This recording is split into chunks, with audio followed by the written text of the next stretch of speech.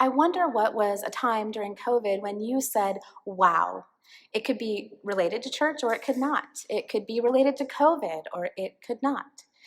It might be a big story, a long story, a theme that has slowly rolled out like a slow motion red carpet to awe. It might be a slow story, and it might be a fast story, a small story, an instant, a moment that was both eternal and fleeting. It might be a story that isn't finished yet. It might be happening this very moment. I'll share one with you from my COVID times. When we were in Eugene helping Luke's dad, I had to leave so early in the morning to take the kids to the park before it was too crowded without masks and so therefore unsafe. So to be honest, my heart was deeply sad on these walks. We were in Eugene for one sad reason and we were going to the park in the wee hours for another sad reason.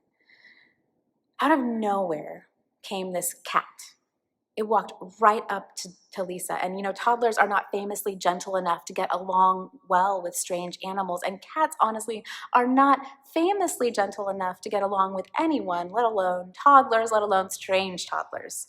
And the cat walked right up to Lisa and it stayed with her. She hugged it tight and it leaned into her.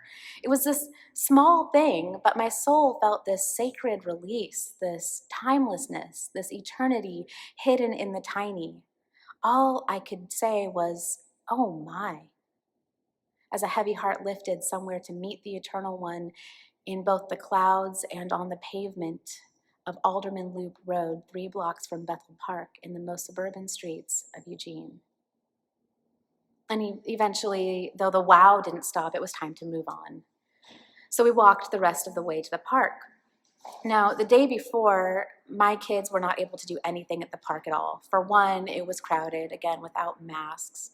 So that's why we came in the wee hours. Additionally, typically developing children were using all of the accessible toys. So it was both unsafe for both of my kids and inaccessible for my oldest. So it came so early. As we arrived at the park, my heart sunk as I saw 2 girls run full speed to the disability swings. I spoke up. I said, "Hi, friends. This friend can only swing in those swings. Would you mind using the other swing so she can swing too?" "Oh," they said, seeming shocked for a moment, surprised. I worried that they were upset that some stranger was bossing them around, however gently, at their park. "Oh. Oh, oh yeah."